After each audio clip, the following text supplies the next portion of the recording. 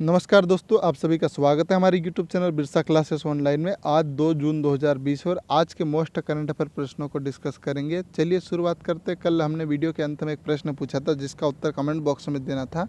हाल ही में कौन सी स्वदेशी विमान तेजस की दूसरी स्क्वाड्रन वायुसेना में शामिल की गई? तो इसका सही उत्तर है फ्लाइंग बुलेट्स को स्वदेशी विमान तेजस की दूसरी स्क्वाड्रन वायुसेना में शामिल की गई है। संजय चौहान, विजय जामोद, संजय मंडलोई ने उत्तर दिया था वीडियो के अंत में जो प्रश्न पूछा था। चलिए पहले प्रश्न की बात करने से पहले आपसे एक निवेदन है, इस यूट्यूब चैनल पर आप नए हो तो चैनल को सब्सक्राइब करें, वीडियो पसंद आता तो लाइक और शेयर जरूर करें। अब पहले प्रश्न की बात करते, केंद्रीय मंत्रिमंडल की नियुक्ति समिति ने FSAI के नए CEO के रूप में किसे नामित किया है? अरुण सिंघल, राजीव बंसल, विजय जौहरी और सचिन गोस्वामी। अरुण सिंघल को अभी नए CEO के रूप में नामित किया है। देखते हैं किसे। केंद्रीय मंत्रिमंडल की नियुक्ति समिति ने अरुण सिंघल को खाद्य सुरक्षा और मानक प्राधिकरण के मुख्य कार्यकारी के रूप में नियुक्ति करने की मंजूरी दे दी है। और ये किसका स्थान लेंगे? GSG अयंगर का स्थान लेंगे। और जो क्या है, जो FSSAI के क्या काम इसका? खाद्य उद्योग के लिए मानक निर्धारित करने के लिए और खाद्य पदार्थों के विनिर्माण, भंडारण, वितरण, बिक्री और आयात को विनियमित करने के लिए शीर्ष निकाय है। और यह किसके अंतर्गत आता है? स्वास्थ्य एवं परिवार कल्याण मंत्रालय के अधीन आता है। इसके मंत्री कौन है? डॉक्टर हर्षवर्धन सिंह जी ने हाल ही में WHO के एग्जीक्यूटिव चेयरमैन के रूप में नामित किया है।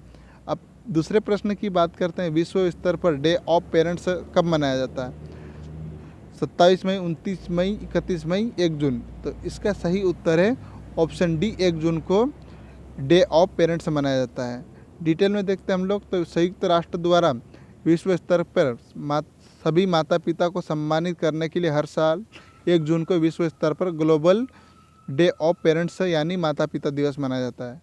यह दिन अपने बच्चों के प्रति सभी माता पिता के निस्वार्थ सेवा प्रतिबद्धता को सम्मानित करता है, जिसमें उनके द्वारा जीवन भर रिश्ते को निभाने का दिया गया बलिदान भी शामिल है।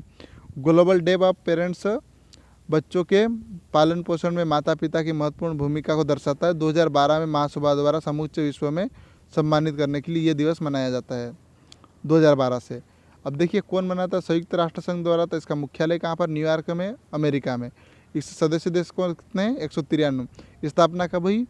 24 अप्रैल 1945 को है। एंटोनियो गुटेरेस प्रमुख है जो पुर्तगाल के नागरिक है। अरबी, चीनी, फ्रांसी, रूसी और अंग्रेजी, स्पेनी, ये 6 भाषा इसकी आधिकारिक भाषा है। और संयुक्त राष्ट्र में 1970 में अटल जी बिहारी वाजपेयी ने हिंदी में भाषण दिया था। ये प्रश्न कई बार पूछा जा चुका है। चलिए तीसरे प्रश्न की बात करते हैं। वाजिद खान का निधन हुआ, वे किस क्षेत्र के प्रसिद्ध थे? तो संगीत एवं गायक, लेखक, कवि, हास्य कलाकार। तो सही उत्तर है गायक एवं संगीतकार थे वाजिद जी। यह इनका आज निधन हो गया है। डिटेल में देखते हैं। गायक और संगीतकार वाजिद खान का निधन हो गया और वे अपने भाई साजिद के साथ बनाई गई जोड़ी कौन सी? साजिद वाजिद, जो बहुत फेमस है, के लिए लोकप्रिय थे। और 1998 में फिल्म कौन सी है? प्यार किया तो डरना क्या से बॉलीवुड में डेब्यूट किया था इन्होंने। और उसके बाद उन्होंने गर्व, तेरे नाम, तुमको ना भूल पाएंगे, पार्टनर जैसी अन्य फिल्मों में संगीत दिया है। और वाजिद खान को संगीत रियलिटी शो में सारे गामा 2012 में सारे गामा सिंगिंग सुपरस्टार की निभाए गए जो जज की भूमिका के लिए भी जाना जाता है। इसके अलावा इन्होंने अपने भाई साजिद के साथ मिलकर IPL 4 का थीम सॉन्ग धूम धूम धड़ाका भी गाया था। ये इनके प्रमुख है। चलिए अब चौथे प्रश्न की बात करते हैं। राष्ट्रीय आर्टिफिशियल इंटेलिजेंस पोर्टल किस मंत्रालय द्वारा जारी किया है? मानव संसाधन, रक्षा मंत्रालय, इलेक्ट्रिक IT और स्वास्थ्य पर्यावरण पर्यावरण कल्याण मंत्रालय। तो ऑप्शन सी सही उत्तर है। इलेक्ट्रॉनिक और IT मंत्रालय द्वारा आर्टिफिशियल इंटेलिजेंस पोर्टल लॉन्च किया। डिटेल में देखते हैं हम। तो केंद्रीय इलेक्ट्रॉनिक और IT कानून और न्याय और संचार मंत्री रविशंकर प्रसाद भारत के राष्ट्रीय आर्टिफिशियल इंटेलिजेंस पोर्टल का लॉन्च किया, जिसका नाम क्या है? AI government.in।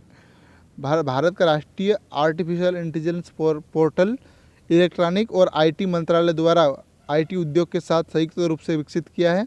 यह पोर्टल संयुक्त रूप से IT उद्योग के national association of software and service companies NASSCOM के साथ इलेक्ट्रॉनिक और IT मंत्रालय के गवर्नेंस की डिवीजन के द्वारा संचालित किया जाएगा। यह इतनी डिटेल इससे।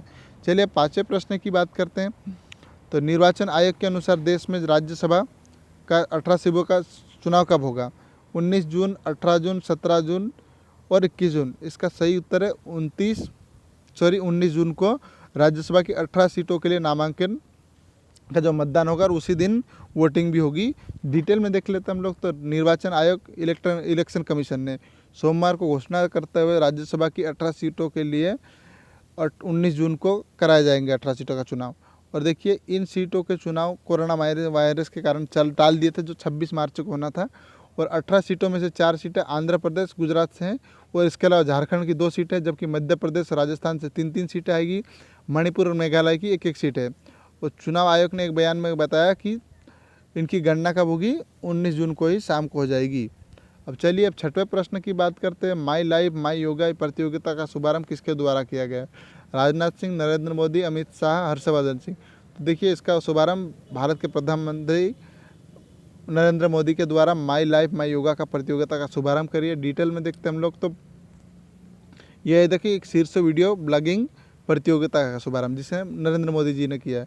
और इसका प्रतियोगिता आयुष मंत्रालय जिसे क्या कहा जाता है, भारतीय सांस्कृतिक संबंध परिषद और ये आयुष मंत्रालय द्वारा संयुक्त प्रयास के रूप में किया गया। ये प्रतियोगिता दुनिया भर के प्रतियोगिताओं के लिए खुली है।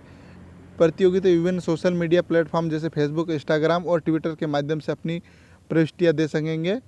और आयुष मंत्रालय के मंत्री कौन है? राज्य मंत्री श्रीपाद येसो नाइक है। ये प्रश्न पूछा जा सकता है। तो इसका किसका ये जो मोदी जी ने इसका शुभारंभ किया, इसका आयुष और भारतीय सांस्कृतिक परिषद दोनों का संयुक्त प्रयास है और ये सोशल मीडिया पर होगा। इसकी इनामी राशि कितनी है? 5 लाख रुपए। चलिए अब 7वें प्रश्न की बात करते हैं। संयुक्त राष्ट्र के खाद्य और कृषि संगठन द्वारा विश्व दुग्ध दिवस कब मनाया जाता है? 1 जून, 2 जून, 29 मई, 31 मई। तो इसका सही उत्तर ऑप्शन है 1 जून को विश्व दुग्ध दिवस मनाया जाता है। किसके द्वारा मनाया जाता है? संयुक्त राष्ट्र संघ द्वारा। डिटेल में देखते हैं हम लोग। तो संयुक्त राष्ट्र संघ के खाद्य एवं कृषि संगठन द्वारा वैश्विक खाद्य के रूप में दुग्ध को महत्व चिन्हित करने और डेयरी क्षेत्रों को प्रोत्साहित करने के लिए हर साल 1 जून को विश्व दुग्ध दिवस मनाया जाता है। विश्व दुग्ध दिवस 2020 का थीम क्या है? 20वीं anniversary of milk, world milk day, यानी विश्व दुग्ध दिवस की 20वीं वर्षगांठ। इसका 20वीं वर्षगांठ थी। इसका उद्देश्य लोगों का पोषण, पहुंच और सामर्थ्य सहित स्वास्थ्य के संबंध में डेयरी के लाभों के बारे में की बात करने के लिए प्रोत्साहित करना। इसके अलावा इस दिन समुदाय के पोषण के लिए डेयरी क्षेत्र में जुनून प्रतिबद्धता द्वारा निभाई जाने वाली भूमिका पर भी जोर दिया जाता है।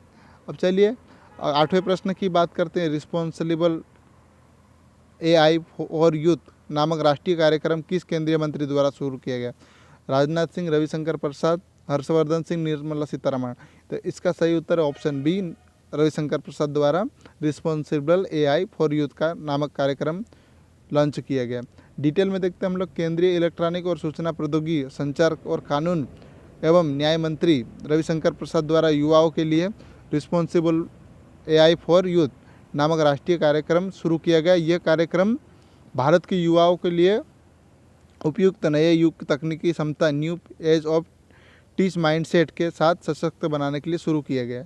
राष्ट्रीय e governance decision electronic IT मंत्रालय द्वारा इसे इंटेल इंडिया के साथ मिलकर मानव संसाधन विकास के स्कूल शिक्षा साक्षरता मंत्रालय के समर्थन से तैयार किया गया।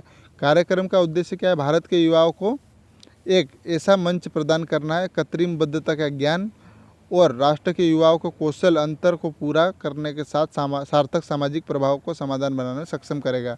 यह इनका उद्देश्य है। चलिए अब अगले प्रश्न की बात करने से आज वीडियो को यहीं समाप्त करेंगे। वीडियो का आज का प्रश्न इसका कमेंट बॉक्स में उत्तर देना है।